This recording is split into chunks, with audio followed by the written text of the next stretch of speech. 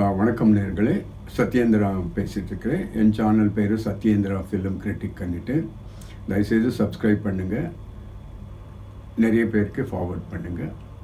So இன்றைக்கி நாங்கள் Morgan என்ற விஜய் ஆண்டோனி படம் பார்த்துட்ருக்குறோம். ஆக்சுவலி விஜய் ஆண்டோனி அவங்க செலக்ட் பண்ணுற கதையில் ரொம்ப நல்லாயிருக்கும், ரொம்ப நல்லாயிருக்கும். நிறைய ஆக்ஷன்லாம் இருக்காது, ஒரு பியூட்டிஃபுல் ஸ்டோரியாக இருக்கும். அவர் அந்த கதாபாத்திரக்கு தகுந்த மாதிரி எல்லா படத்துலையும் நல்லதாக நடிச்சிட்ருப்பாங்க. இந்த படத்துக்கு மார்கன் பேர் வச்சுருக்காங்க. அது ஏன் வச்சாங்கன்னு தெரியல. கொஞ்சம் அனலைஸ் பண்ணது, ஒரு வழிகாட்டி மார்கான்ட்டு சான்ஸ்கிரிட்லேயே வேறு கன்னடா லாங்குவேஜில் மார்கான்ட்டு வழி, வே, பாத். அதுக்கு நீங்கள் ஒரு பேர் போட முடியாது. சத்யேந்திரன், ராஜேந்திரன் அப்படி. Marga is a noun, is not a proper noun. Proper நவுன்ட்டு ஒரு நேமு, ஒரு ட்ரீ பேர் அப்படி எல்லாம் இருக்கும். மார்கன் வழிகாட்டி அப்படி போட்டிருக்காரு. என்ன எதுக்குன்னு தெரியல, பரவாயில்ல. இந்த படம் ஜான் பால்ன்ட்டு ஒரு எடிட்டர் ஃபஸ்ட் டைம் பண்ணியிருக்காங்க. ரொம்ப அற்புதமாக இருக்கு படம். நமக்கு ரீசெண்டாக வந்த 4-5 months வந்த ஒரு ஆக்ஷன் படம், ஒரு 300 crore பட்ஜெட் படம், அது ஒரு 5-6 பார்த்தோம். அதெல்லாம் பார்க்கும்போது கஷ்டமாக இருந்தது. அப்படி பார்க்கும்போது இந்த படம் ரொம்ப கஷ்டப்பட்டு ரொம்ப அழகாக பியூட்டிஃபுல்லாக டெக்னிக்கலாக பண்ணியிருக்காங்க. படத்தில் என்ன நடக்குதுன்ட்டு ஒரு 2-3 கொலை நடக்குது. ஃபஸ்ட் டைம் கார்ப்பரேஷன் தொட்டியில் ஒரு அம்மா க்ளீன் பண்ணும்போது ஒரு லேடி அங்கே இருக்குது. அவருக்கு ஃபேஸ் எல்லாம் ஃபுல்லு கருப்பாக இருக்குது. இந்த நியூஸை விஜய் ஆண்டோனி பாம்பேல ஒர்க் பண்ணிகிட்ருப்பாங்க, ஒரு போலீஸ் ஆஃபீஸரை ஒர்க் பண்ணிகிட்ருப்பாங்க. அவங்களுக்கு நியூஸ் வந்த உடனே அவங்க சென்னைக்கு திரும்பி வந்துட்டார். ஏன்ட்டு அவருக்கு அதில் ஒரு சின்ன கனெக்ஷன் இருக்குது. அவங்க தங்கச்சின்னு நினைக்கிறேன், அவள் கூட இந்த மாதிரி ஒரு கேஸில் காணாமல் போயிருப்பா, இல்லை இறந்து போயிருப்பான்னு இருக்கிறேன். ஸோ அதனால் அவங்க இன்ட்ரெஸ்ட் எடுத்துகிட்டு சென்னைக்கு வராங்க. ஸோ படம் புரியுது ரொம்ப கஷ்டம், ரொம்ப கஷ்டம். ஃபஸ்ட் டைம் பார்க்கும்போது எனக்கு யார் கொலை பண்ணாங்கன்னு தெரியல. இல்லை 2 பேர் மேலே டவுட் காட்டுகிட்டே இருப்பாங்க. ஒன்று விஜய் ஆண்டோனி அக்கா பையனும் அண்ணா பையனும் தெரியாது, அவன் பேர் மறந்துட்டு. ரொம்ப நல்லா ஆக்ட் பண்ணியிருக்கிறான், ரொம்ப நல்லா ஆக்ட் பண்ணியிருக்கிறோம். விஜய் ஆண்டோனி விட்டு அடுத்த கேரக்டர், பவர்ஃபுல் கேரக்டர் அந்த பையன் தான் பண்ணியிருக்கிறான். அதுக்கப்புறம் இன்னொரு பையன் ராஜாராமன் நினைக்கிறேன், ஒரு ஒரு ஒரு ஒரு ஃபோட்டோகிராஃபர். அந்த பையன் ஒரு பெரிய கேமியோ. அந்த பையன் கூட ரொம்ப நல்லா ஆக்ட் பண்ணியிருக்கிறான். இல்லை மூணு லேடிஸ் வராங்க. எனக்கு எல்லார் பேரும் அவ்வளோ கிளியராக தெரியாது. 3 பேர் வராங்க. அப்போது இந்த விஜய் ஆண்டோனி அக்கா பையா இருக்கா இல்லையா, இவங்க கேரக்டரு, இவங்க ஃபேமிலி பேக்ரவுண்ட் எல்லாம் வில்லேஜில் ஸ்பிரிச்சுவாலிட்டி, சித்தர், போகர் அந்த மாதிரி தான் வந்திருக்கும். ஸோ அதனால் இவங்க ஒரு ஸ்பெஷல் கெப்பாசிட்டி இருக்கும். என்னன்ட்டு மெமரி பவர் ரொம்ப சூப்பராக இருக்கும். இப்படி உட்காந்து ஒரு 5 விஷயம் அப்படியே சொல்லிடுவான். உங்கள் வாட்சில் அப்போ என்ன டைம் இருந்தது, அந்த கேலண்டரில் என்ன இருந்தது, அந்த மாதிரி அவன் மெமரியெல்லாம் ரொம்ப ஷார்ப்பாக இருக்கும். ஸோ இவனை ஒரு சஸ்பெக்ட் மாதிரி கொண்டு போயிடுறாரு. சஸ்பெக்ட் மாதிரி கொண்டு போய் அவனை ஜெயிலில் இல்லை, ஒரு மாதிரி சேம்பர் அதில் வச்சு அவனை கொஸ்டின் பண்ணுறாரு. அவன் பெரிய ஸ்விம்மிங் சாம்பியன்னு. அவனுக்கு ஒரு கெப்பாசிட்டி இருக்குது. என்னன்ட்டு ஒரு 7-8 minutes தண்ணிக்குள்ளே உட்கார முடியும் அவனால். அந்த மாதிரி பவர்ஸ் எல்லாம் இருக்குது. ஸ்பிரிச்சுவல் பவர்ஸ் எல்லாம் இருக்குது. ரொம்ப எக்ஸ்ட்ராடினரி பவர்ஸ் எல்லாம் இருக்குது. இந்த மாதிரி பவர்ஸ் எல்லாம் தமிழ்நாட்டிலே நிறைய இருந்தது. தமிழ்நாட்டில் அஷ்டாவதானி, சதாவதானி, சஹசிராவதானின்னு 3 இருக்குது. இவங்க என்ன, நான் நேராக பார்த்துருக்கேன், அட்டென்ட் பண்ணியிருக்கேன் இந்த ஃபங்க்ஷன். இவங்க கேரக்டர் என்னான்ட்டு அஷ்டாவதானின்ட்டு 18 நினைக்கிறேன், சதாவதானின்ட்டு 100, சஹசிராவதானின்ட்டு 1000. இவங்களுக்கு முன்னாடி ஒரு 1000 பொருள் வச்சுட்டு ஒரு 5 நிமிஷம் டைம் கொடுத்துட்டு நீங்கள் அதை எடுத்துட்டா அந்த 1000 பொருள் அங்கே என்னென்ன வச்சுருக்காங்கோ அந்த தரையில் அந்த 1000 பொருள் பேர் சொல்லிடுறாரு. அந்த மாதிரி ஆட்கள் தமிழ்நாட்டில் இருக்கார். நான் நேராக பார்த்துருக்குறேன், அவங்க ப்ரோக்ராம்ஸ் எல்லாம் நான் பார்த்துருக்குறேன். ஸோ மெமரி பொறுத்த வரைக்கும் இது நான் சொல்கிற சஹஸ்ராவதானியில் ரொம்ப ரொம்ப இன்ட்ரெஸ்டிங்கான விஷயம். அப்போ மேடம் சகுந்தலா மேத்மெட்டிக்ஸ் சாம்பியன், நீங்கள் எவ்வளோ கஷ்டமான ப்ராப்ளம் கொடுத்தா கூட 10 செகண்டில் ஆன்சர் சொல்லிடுறாரு. மேத்மெட்டிக்ஸில் எனிதிங் யூ ஆஸ்க், சகுந்தலான் ரொம்ப ஃபேமஸ். ஸோ இந்த மாதிரி மெமரியிலெல்லாம் சூப்பராக இருக்கவங்க நிறைய பேர் இருக்காங்க. ஸோ இந்த கதையில் மூணு மர்டர் நடக்குது. 3 பேரும் ஃபேஸு கை காலெல்லாம் பிளாக் ஆகிருக்கும், டார் பூசணம் மாதிரி இருக்கும். அப்போ இதில் ஃப்ளாஷ்பேக் இருக்குது, லவ் ஸ்டோரி இருக்குது, செப்பரேஷன் இருக்குது, இந்த மாதிரி எல்லாம் இருக்குது. அப்போது ரேசிசம் இருக்குது, கலர் டிஸ்கிரிமினேஷன் இருக்குது, இப்படி எல்லாம் இருக்குது. கடைசியில் நீங்கள் பார்த்தா கண்டுபிடிக்கும்போது அது ஒரு பொண்ணாக இருக்கும். பொண்ணு ஒரு காலேஜில் படிக்கிற பொண்ணாக இருக்கும். அவள் அழகாக இருப்பான். நம்ம ஸ்டில் ஃபோட்டோகிராஃபர் ராஜாராம் சொன்னேன் இல்லையா, அவங்கக்கிட்ட போய் ரிக்வெஸ்ட் பண்ணி ஃபோட்டோ எடுக்க ஃபஸ்ட்டு வேண்டான்னு சொல்லி அதுக்கப்புறம் ஃபோட்டோ எடுத்த உடனே அவள் ரொம்ப ஃபேமஸ் ஆகிடுவான். ஒரு ஒரு ஒரு ஒரு குரூப்பு, கார்ப்பரேட் குரூப்பு அவளை வச்சு படம் எடுக்கணும்னு எல்லாம் பிளான் பண்ணிட்டு இருப்பார். ஃபைனலி அவளை கேன்சல் பண்ணிட்டாரு. அப்போ இன்னொரு காலேஜ் ஸ்டூடெண்ட் மாதிரி அவுட் சைடர் ஒருத்தர் வந்து அவளை நீ டார் மாதிரி இருக்கிற எப்படி எதோ சொல்கிறாரு. அவளுக்கு அந்த அந்த அந்த அந்த காம்ப்ளெக்ஸ், என்ன டார்க்காக இருக்கிறேன்னு சொல்லிட்டு அந்த காம்ப்ளெக்ஸ் இருந்துகிட்டே இருக்கும். ஆனால் ரொம்ப அழகாக இருப்பான். ப்ரொடியூசரு ரிஜெக்ட் பண்ணிடுவான்.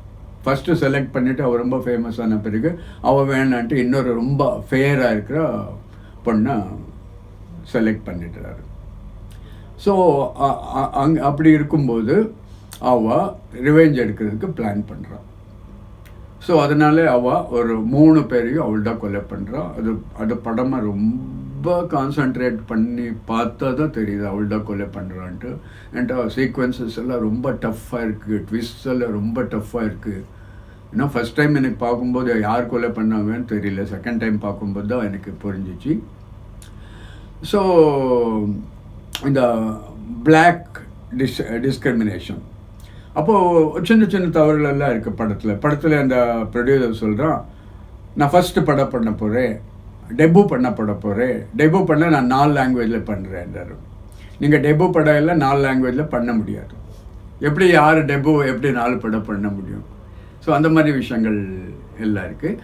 அப்போது நம்ம விஜய் ஆண்டனி பக்கத்தில் இவ்வளோ பெருசாக டார் மாதிரி போட்டு நிறைய சீனில் வந்துகிட்டே இருப்பாங்க. கொஞ்சம் டைம் அந்த இங்கே இந்த பக்கம் டார் மாதிரி இருக்கும், பிளாக் கலரு, கொஞ்சம் டைம் கொஞ்சம் சீனில் இருக்காது. அவங்க அது எதுக்காக வந்திருக்காங்கன்னு தெரியல. பட் ஆடியோ ஃபங்க்ஷனில் கூட அவர் அந்த பிளாக் மாதிரி போட்டு வந்தாங்க. இது நமக்கு ரொம்ப ஃபேமஸாக நாங்கள் கண்டுபிடிக்கிறது சிவாஜி கணேசன் அவரது தெய்வ மகன் படத்தில் சிவாஜி கணேசனுக்கு இங்கே ஃபுல்லாக எரிஞ்சு போயிருக்கும். நமக்கு அது ஞாபகம் வருது. பட் அவங்க அந்த டார் மாதிரி இங்கே போட்டுட்டு படத்தில் ஒரு 15 சீனில் வர்றாங்க. எல்லா சீன்லேயும் வர்றாங்க, க்ரைம் சீனில் வர்றாங்க, பப்ளிக் சீனில் வர்றாங்க. எதுக்கு அப்படி வர்றாங்கன்ட்டு நமக்கு கரெக்டாக புரியல. அப்போ 2 இடத்துல விஜய் ஆண்டனி அக்கா பையன் இருக்கா இல்லையா, 2 இடத்துல டைரக்ஷன் கொஞ்சம் மிஸ் ஆயிடுச்சு. விஜய் ஆண்டனி இந்த பையன் வீட்டுக்கு போகிறான். இந்த பையன் அவன் தங்கச்சியை ரொம்ப லவ் பண்ணிட்டு இருப்பான், பயங்கர லவ் பண்ணிட்டு இருப்பான். அவன் வீட்டுக்கு போன உடனே இந்த பையன் பேசுறது ரொம்ப நார்மல் ஆகிடும். ரொம்ப இம்பார்ட்டன்ட் சுச்சுவேஷன். அவர் ரொம்ப நார்மலாக அகாடமிக்காக டைலாக் ஒப்பிக்கிற மாதிரி பண்ணியிருக்காங்க. அப்போ இன்னொன்று இவர் சேம்பரில் டெஸ்ட் பண்ணுறாரு, இவனுக்கு என்ன இருக்குது அப்படின்ட்டு. விஜய் ஆண்டனி டெஸ்ட் பண்ணுறாரு, அதுக்காக ஒரு சேம்பரில் வச்சுருப்பாங்க. அங்கே கூட ஒரு சீனில், பெரிய சீனில் அவங்க டைலாக் டெலிவரியில் டெப்த்தே கிடையாது, எமோஷன்ஸ் கிடையாது. அது ரொம்ப பவர்ஃபுல் சீனு. அந்த மாதிரி அங்கே இங்கே ஒரு சின்ன ப்ராப்ளம்ஸ் எல்லாம் இருக்குது. ஒட்டுமொத்தத்தில் படம் ரொம்ப நல்லா இருக்குது. 3 ஹீரோயின்ஸ் வராங்க, 3 மெயின் கேர்ள் கேரக்டர்ஸ் வராங்க. ஃபோட்டோகிராஃபி ரொம்ப நல்லா இருக்குது, சாங்ஸ் ரொம்ப நல்லா இருக்குது, மியூசிக் எல்லாம் super. Music direction, music choreography, BGM எல்லாம் ரொம்ப நல்லா இருக்குது, ரொம்ப நல்லா இருக்குது. டெக்னிக்கலி ரொம்ப நல்ல படம். ஒருத்தர் ஃபஸ்ட்டு படம் இவ்வளோ நல்லா பண்ணுறாங்கன்னு ரொம்ப ஆச்சரியமாக இருக்குது. அண்ட் நமக்கு நிறைய படத்தில் பார்த்துருக்கோம், ஏதோ சின்ன வயசில் ஏதோ நடந்ததுன்னுட்டு அது அவனை ஒரு யங் ஏஜ்லேயே 30 வயசுல எல்லாம் பாதிச்சுட்டு அவன் நிறைய கொலை பண்ணிட்டு இருப்பான். இந்த மாதிரி படங்கள் கொஞ்சம் வந்துச்சு. அதெல்லாம் ஆம்பளைகளாக இருப்பாங்க, வந்துச்சு. அவன் சின்ன வயசில் அவங்க அப்பாவோ சித்தப்பாவோ யாரோ தொந்தரவு பண்ணிட்டு இருப்பாங்க, அதனால அவன் ஒரு பெரிய கொலைகாரனாக மாறிட்டான். அந்த மாதிரி கதைகளெல்லாம் கொஞ்சம் வந்துச்சு. ஆனால் இதில் ஒரு லேடி கேரக்டர், அவளை எல்லோரும் ரொம்ப கருப்பாக இருக்கிறேன்ட்டு இன்சல்ட் பண்ணுறதுனால அவள் ஒரு இன்ஜெக்ஷன், அந்த இன்ஜெக்ஷன் வச்சு தான் இந்த 3 கொலையும் பண்ணியிருப்பான். பட் ஆக்சுவலி நமக்கு கேசரின்னு ஒரு படம் பார்த்தோம். அதில் ரிச்சர்ட் ராயர் அவன்தான் ஒரு 5000 பஞ்சாபிஸை சுட்டுட்டான். இது நம்ம ஹிஸ்ட்ரியில் நடந்த விஷயம் தான். பஞ்சாபில் ஒரு 2000 பேரை 3000 பேரை சுட்டு கொண்டுட்டான் ஒரே நாளில்.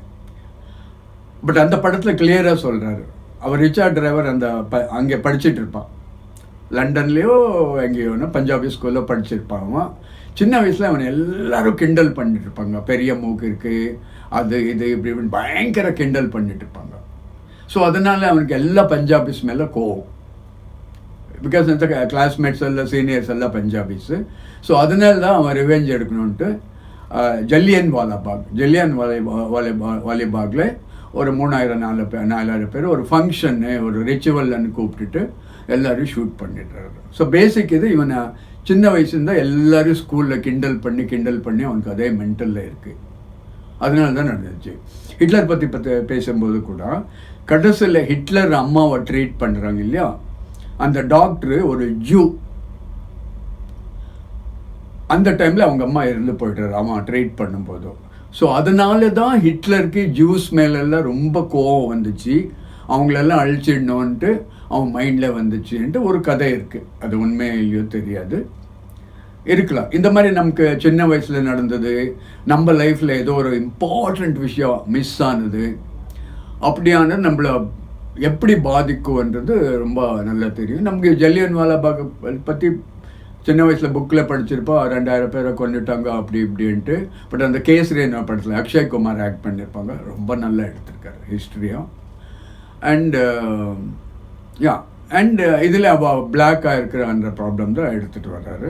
ஆக்சுவலி நீங்கள் பார்த்த ஒரு 1 year back Fair and Lovely இருக்கு இல்லையா, அந்த காஸ்மெட்டிக்ஸை பேன் பண்ணும் அப்படியெல்லாம் ஒரு சர்ச்சே போயிட்டு இருந்தது. ஸோ படம் ரொம்ப கிரிப்பிங்காக இருக்குது, சாங்ஸ் ரொம்ப நல்லா இருக்குது, சின்ன சின்ன குறைகள் இருக்குது. இன்னொன்று என்னன்ட்டா, இவனுக்கு நார்கோட்டிக் டெஸ்ட் வைக்கிறாங்க. யாருக்கு? நம்ம விஜய் ஆண்டனி அக்கா பையன் கேரக்டர் இருக்கு இல்லையா, ரொம்ப நல்லா பண்ணியிருக்கான். ஒரு நார்கோட்டிக் டெஸ்ட் வைக்கிறாங்க. எனக்கு என்னன்ட்டா, நார்கோட்டிக் டெஸ்ட் வைக்கும்போது அவன் ஃபுல்லு கண்ணை ஓப்பன் பண்ணியிருக்கிறான், லாங் சீன். எனக்கு கரெக்டாக புரியல, நார்கோட்டிக் டெஸ்ட் பண்ணும்போது கண்ணு ஓப்பன் ஆகிருக்குமான்ட்டு. ஏன்ட்டா நார்கோட்டிக் டெஸ்ட் பண்ணும்போது யார் நார்கோட்டிக் டெஸ்ட்டுக்கு பேஷண்ட்டாக இருப்பாரோ அவர் சுஷுப்திக்கு போயிடுறாரு, சப்கான்ஷியஸுக்கு போயிடுறாரு. அப்படி தான் அவங்கக்கிட்ட விஷயங்கள் வாங்குறாரு. இவன் ஃபுல்லாக கண்ணு ஓப்பன் பண்ணி பேசிகிட்டு இருக்கிறான். இது சயின்டிஃபிக்கலி தப்போ சரியோ எனக்கு தெரியாது, பட் இது நான் அப்சர்வேஷன் பண்ணியிருக்கிறேன். யாரானே எனக்கு இதை பற்றி சொன்னால் நான் புரிஞ்சுக்கு ரொம்ப நான் ஆசைப்படுறேன். நல்ல படம் அண்ட் நல்ல சப்ஜெக்டு. ஒரு ரேசிசம் பற்றி பேசியிருக்காங்க. ரேசிசம்ன்ட்டு இஸ் நாட் ஓன்லி கலர். இப்போ நாங்கள் யாரான ஒருத்தனை ஒரு வேறு ரிலீஜனை அவனை திட்டினா கூட அந்த ரிலீஜன் பேர் சொல்லி அது கூட ரேசிசம் தான். கலர் பற்றி கலர் டிஸ்கிரிமினேஷன், இந்த படத்தில் கலர் டிஸ்கிரிமினேஷன் தான், ரேசிசம்னு சொல்ல முடியாது. ரேசிசம் ஒரு ரிலீஜன் கூட ஆயிருக்கலாம். பட் இங்கே அவள் ரொம்ப டார்க்காக இருந்தால் அந்த பொண்ணு ரொம்ப அழகாக இருக்குது. அப்போ கடைசியில் இந்த ஃபோட்டோகிராஃபரை மட்டும் அவன் கொல்ல மாட்டான். இந்த ஃபோட்டோகிராஃபரை அந்த பொண்ணு கொல்ல மாட்டான். ஏன்ட்டா இந்த ஃபோட்டோகிராஃபர் நீ ரொம்ப அழகாக இருக்கிற, உன் கண்ணு ரொம்ப நல்லா இருக்கு அன்ட்டு அவ்வளோ அழகாக தான் பேசியிருப்பான். அது கடைசியில் அந்த கேரக்டர் ஃபோட்டோகிராஃபர் ராஜாராமன் இருக்கிற அந்த ஆக்டரு அவங்க எக்ஸ்ப்ளனேஷன் கொடுக்குறாரு. நான் அவளுக்கு எப்போ பார்த்தா அவள் நல்லதாக சொல்லிட்டு இருந்தேன், அப்படி சொல்லேன்ட்டு ஒருவேளை என்ன கூட அவள் கொலை பண்ணியிருப்பான் அப்படி சொல்கிறாரு. ரொம்ப ரொம்ப முக்கியமான படம். சின்ன சின்ன குறைகள் எல்லாம் இருக்குது. அப்போ அடிக்கடி கொஞ்சம் இடத்துல அனிமேஷன் மாதிரி எல்லாம் வந்துடும், ஸ்பிரிச்சுவல் இதெல்லாம் வந்துடும். அதில் ரொம்ப நல்லா இருக்கு. அனிமேஷன் வாட்டருக்குள்ளே ரொம்ப ரொம்ப நல்லா இருக்குது. அப்போ அடிக்கடி ஆந்தையை காட்டுறாரு. அப்போது ஆமையை காட்டுறாரு. ஆமை, டாட்டாய்ஸ், ஆமையை காட்டுட்டே இருப்பாங்க. ஈவன் இந்த அக்கப்பா விஜய் ஆண்டனி அக்கப்பா அப்பப்போ கையில் இந்த ஆமையை பிடிச்சிருப்பான். என்ன ரீசன்னு நமக்கு தெரியாது. அப்பப்போ படத்தில் ஆந்தை வந்துகிட்டே இருக்குது, அதுக்கு கனெக்டடாக ஸ்டோரியை கொண்டு போயிட்டே இருப்பாங்க. ஆமை பற்றி ஒரே ஒரு விஷயம் சொல்கிறேன். இந்த ஆமை ரிஸ்டோரேஷன் ஒரு சென்னையில் ஒன்று இருக்குது. இந்த ஆமைக்கு என்ன பவர் இருக்குன்ட்டா, இங்கே மரீனா பீச்சில் மொட்டை வச்சுட்டு ரிட்டர்ன் போய் ஒரு 2 வருஷம் 3 வருஷம் கழிச்சுட்டு மறுபடியும் அதே இடத்துக்கு அந்த ஆமைகள் வருதான். அப்படின்ட்டா அந்த ஆமைக்கு எவ்வளோ மெமரி பவர் இருந்ததுன்ட்டு. ஒருவேளை அதனால தான் ஒருவேளை காட்டினாங்களோ ஏதோ தெரியல. டாட்டாய்ஸ்க்கு பயங்கரமான மெமரி பவர். ரொம்ப நல்ல படம். இன்னும் 2 வாட்டி பார்த்தோம். இன்னும் கொஞ்சம் நிறைய விஷயங்கள் நாங்கள் தேடலாம், நல்லதும் தேடலாம், குறைகளும் தேடலாம். இப்போதைக்கு இதுதான் நான் 2 வாட்டி பார்த்துருக்குறேன். Lovely film. ரொம்ப ரொம்ப கஷ்டப்பட்டு ரொம்ப அனலைஸ் பண்ணி ரொம்ப ஸ்டடி பண்ணி எடுத்திருக்காங்க. Very good film. Please watch it. Sathyendra பேசுகிறேன், Sathyendra film critic. Please subscribe பண்ணுங்கள்.